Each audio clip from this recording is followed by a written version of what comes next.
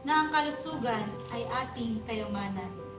Nais ko ring maging boses ng mga kababaihan at mga solo parents.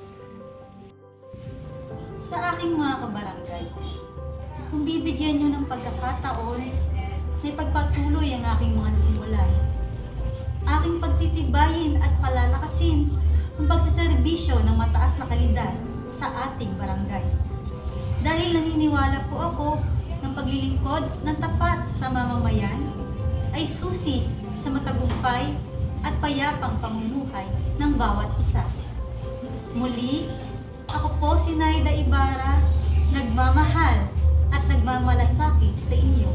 May husay ng lideratong inyong maasahan. Kami naman